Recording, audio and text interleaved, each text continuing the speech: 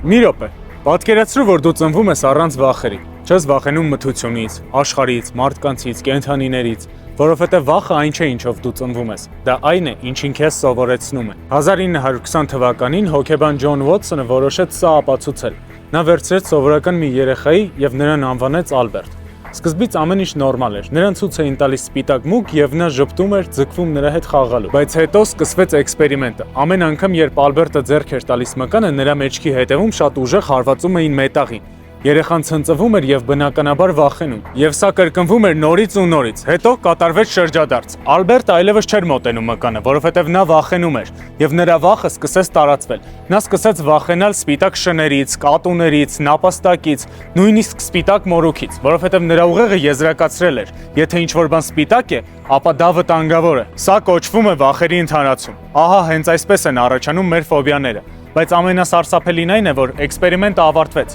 իսկ Ալբերտի վախերը ոչ։ Նրան ոչ ոք չսովորեցրեց նորից չվախենալ այդ ամենից, և նա սկսեց ապրել դրանով, որովհետև այդ վախը դարձավ նրա կյանքի մի մասնիկը։ Հիմա ես ունեմ ձեզ մի հարց. ինչ եք կարծում, քանի տոկոս վախերն են ձեր սեփականը։